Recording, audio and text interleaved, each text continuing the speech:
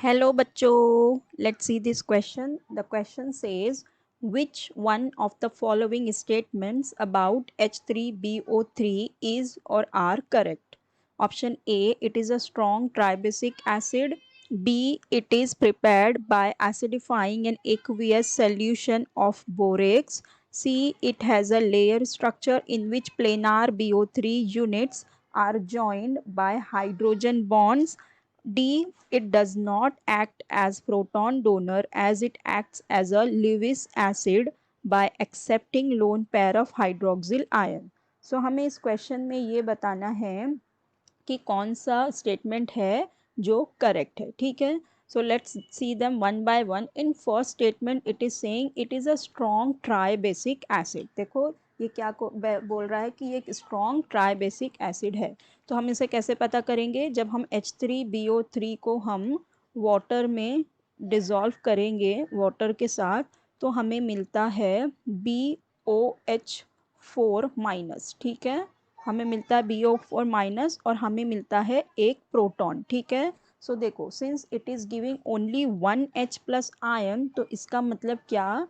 it has a capacity to give only 1H+ ion. that means it is a monobasic acid. इसका मतलब क्या? ये कैसी है? मोनोबेसिक एसिड है.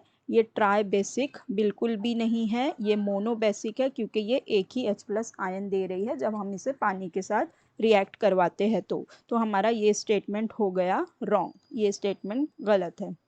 अब statement 2 is saying it is prepared by acidifying an aqueous solution of borax. मतलब इसे हम अगर एक्वियस सोल्यूशन ऑफ बोरेक्स को एसिडिफाई करें तो ये बनती है. तो हम देखते हैं क्या होता है इसका रिएक्शन.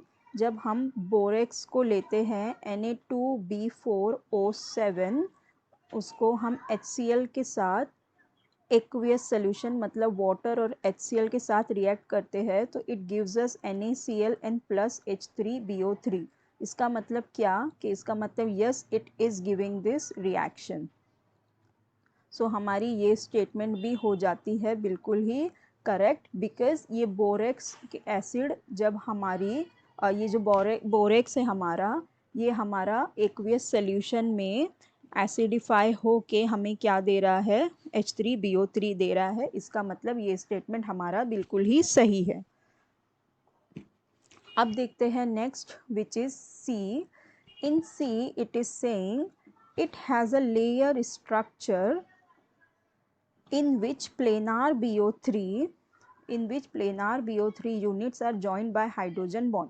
देखो इसमें क्या होता है कि अभी ये मेरा एक, अगर मैं इसका स्ट्रक्चर बनाऊं तो ये इस तरह से होगा OH, ये होगा यहाँ पे OH, यहाँ पे होगा एक O और H. ये हो गया मेरा एक H3BO3. अब दूसरा आता है इस तरह से, यहाँ पे होगा O, यहाँ होगा B, यहाँ पे इसका ऑक्सीजन, यहाँ पे इसका ऑक्सीजन और यहाँ इसका O. ठीक है, और यहाँ पे इसका H.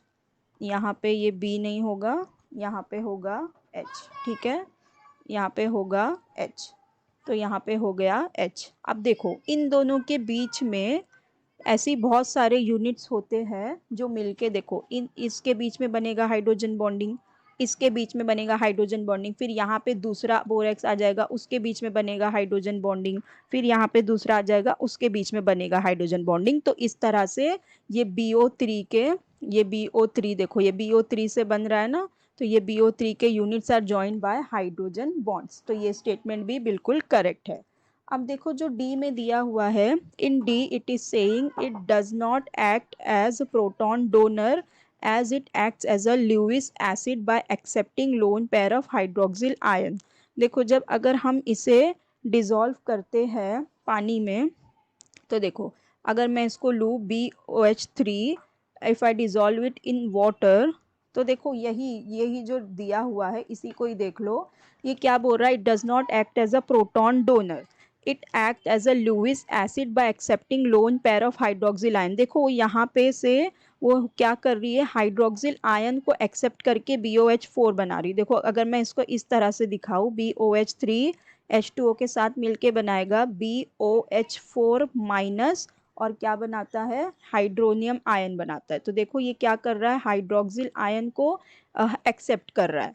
ये डोनर प्रोटॉन को डोनेट नहीं कर रहा, ये क्या कर रहा है एक्चुअल में, Lewis acid by accepting lone pair, ये क्या कर रहा है, ये हाइड्रोक्सिल आयन के लोन पेयर को एक्सेप्ट कर रहा है। तो इसका मतलब ये स्टेटमेंट भी हो गई बिल्कुल करेक्ट। तो जो हमें क्या बताना था, of the following statement about H3PO4 are correct, तो जो हमारी करेक्ट स्टेटमेंट हो जाएगी वो होगी statement B, statement C and statement D, और ए तो रॉन्ग है। तो हमारा करेक्ट ऑप्शन है बी, सी एंड डी।